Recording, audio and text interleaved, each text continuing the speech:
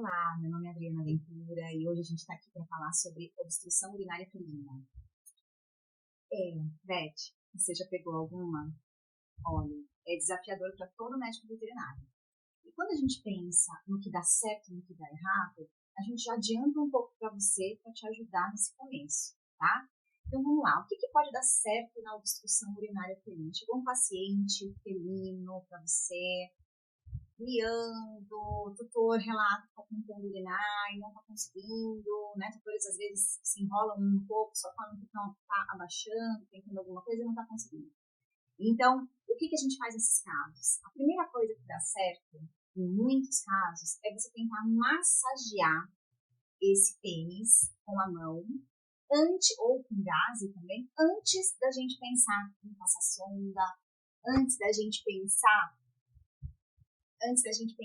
em passar catéter, tá? Então é fundamental que a gente comece pela massagem. Massageou o pênis como se estivesse ordenhando, pode ser que saia um pouco daqueles cristais, daquela massinha que os cristais juntos formam.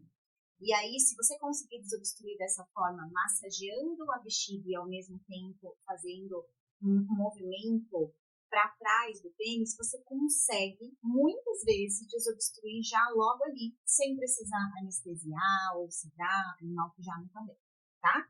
O segundo passo, puxa, massageei e não consegui. Aí a gente tem que já pensar na desobstrução, né, na sondagem.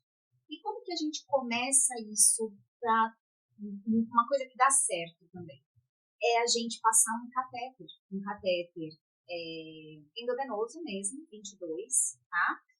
Sem a agulha, né? Porque a gente consegue, só com aquela parte mais firme do plástico, a gente consegue desobstruir, né?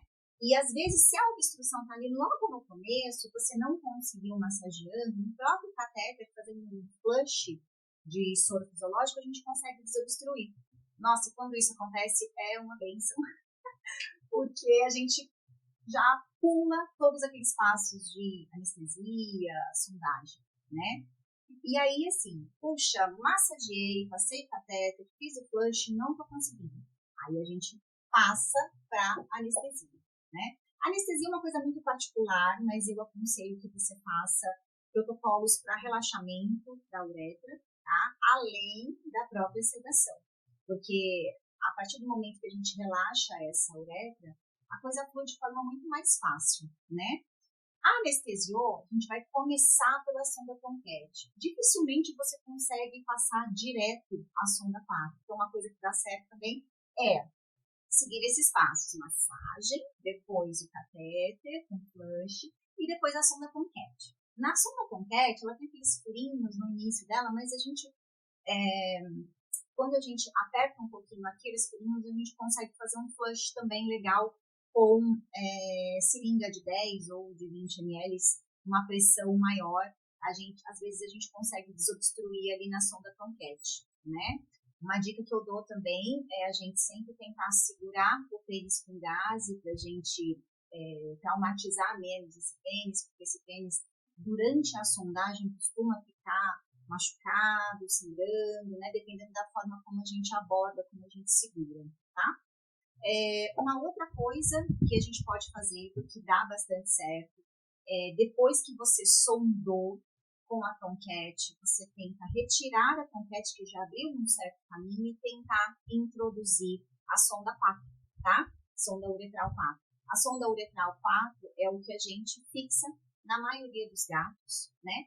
Na minha experiência, fixar essa sonda e tentar medicar esse animal, começar com todo o protocolo, né? O protocolo que dá certo, ração urinária, anti-inflamatório, normalmente eu uso esteroidais, né? Assim como também, uma dica muito importante, normalmente o que dá certo para mim é só tirar a sonda número 4, fixa lá, depois que você fez pelo menos uns 2 ou 3 dias de prazosina para a gente relaxar essa uretra e se vê que essa bexiga ficou muito distendida, muito tensionada, a gente costuma fazer o betanicol também, os dois podem ser feitos manipulados, tá? e aí a gente consegue uma segurança maior para esse paciente tentar não obstruir novamente. Então, o protocolo dá certo também, tá? Quando a gente vai manter esse animal internado com essa sonda, é interessante, é uma coisa que dá certo manter em circuito fechado, tá? Porque a gente tende a ter menos acidentes dessa sonda sair, menos sujidades entrando nessa sonda, e a gente não precisa ficar, né, esvaziando constantemente. Então, quando o animal está em espaço restrito, né, de internação, a gente consegue manter essa sonda em circuito fechado. E na fluidoterapia, porque a grande maioria desses pacientes evolui pela obstrução para uma insuficiência renal aguda, né, que a gente já trata com a própria fluido aí, e com a própria desobstrução também, né. Outra coisa muito importante, manter sonda com colar, né. Às vezes, se a gente libera, se esse é o protocolo, liberar esse animal sondado para casa, manter colar, manter fralda, tá? É muito importante. Eu tenho muito hábito de usar fralda para gato, né? Fralda infantil, né? Então a gente abre o orifício da fralda, passa, e aí a gente põe, normalmente se é um gato menorzinho, a fralda G dá, se é um gato maior, extra G, né? Se é um gato filhote, talvez a fralda M, né? Mas a gente vai adaptando aí. São dicas que dá certo também, porque a gente mantém essa sonda dentro da fralda, esse animal não fica arrastando essa sonda, né? Não tem tanto risco de prender em algum local e soltar o ponto, que é algo que acontece bastante também, né? E que não dá certo. Então, a gente pode fazer dessa forma para tentar minimizar, né? A casuística de ter que sondar novamente porque a sonda saiu, né, do animal. Se o tutor optar por não deixar essa sonda aberta, lembrar bastante de instruir o tutor de esvaziar essa sonda a cada 2 ou 3 horas, né, para não encher demais a bexiga também. Então, pode ficar aberta na fralda ou ir esvaziando, isso aí depende muito do seu protocolo, mas são coisas fundamentais, né? Uma coisa interessante é a gente fazer cultura urinária, né?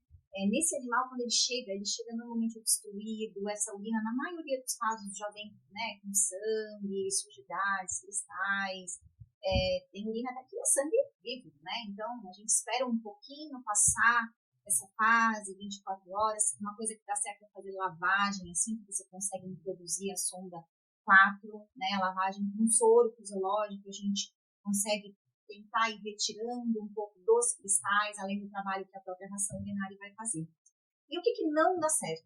O que na minha experiência não dá certo para obstrução urinária febrina?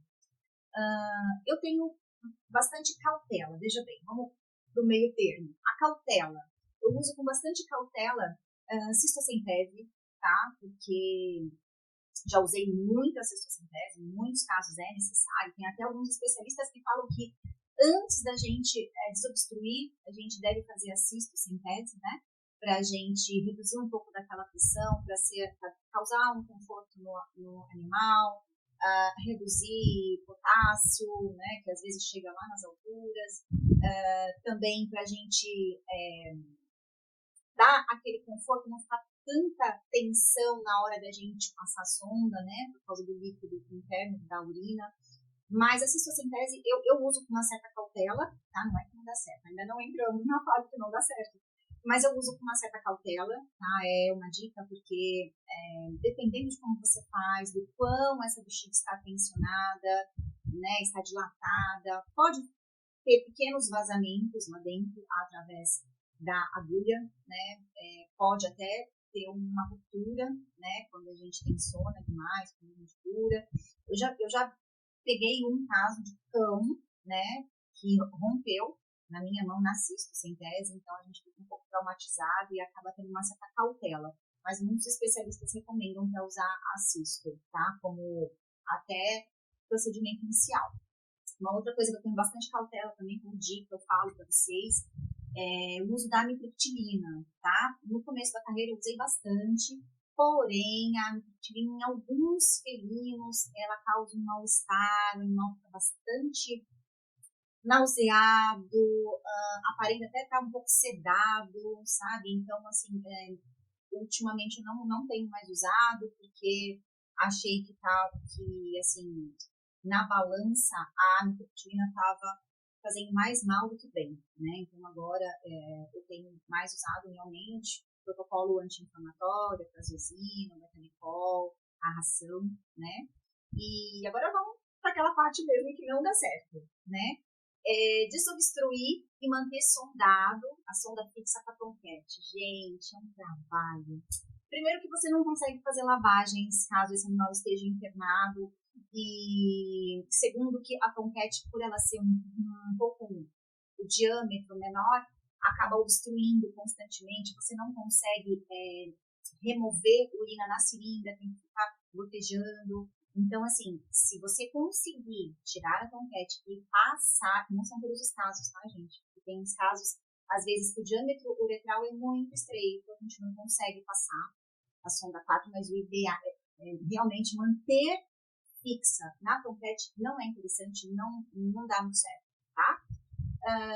Desobstruir e não deixar sondado, isso é uma polêmica também, tá? Mas a minha forma de enxergar o protocolo é a seguinte: se esse animal obstruiu e a gente fez um flush ou fez uma massagem e retirou, dificilmente ele vai ter só aquela massinha, só aquele cristal, aquele cálculo que você retirou. Normalmente ele vai ter outros, né? Lembrando que não obstrui só por cálculo, viu? Às vezes obstrui por sedimento, às vezes obstrui até por uma cistite intensa, sanguinolenta, coágulos, né? Então, na minha experiência, assim, os casos que a gente não deixa sondado por 24, 48 horas, ou até mais tempo, 52 horas, obstrui rapidamente de novo, né? Claro que cada caso é um caso, mas, na minha experiência, não dá muito certo não deixar sondado, tá?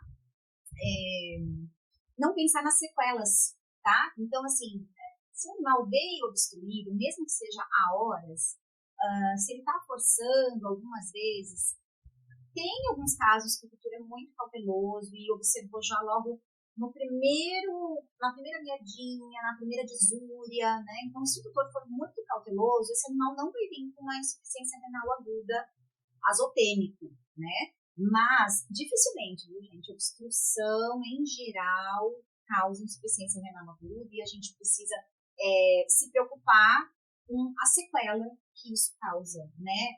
Por isso que a gente fala bastante sobre manter a sonda, manter na fluido, de repente, por 24, 48 horas, repetir exames. Então, um outro erro é não coletar exames antes e após a internação, né? Porque a gente consegue ter um parâmetro de como que esse animal entrou e como está saindo. Exames laboratoriais, né? Exame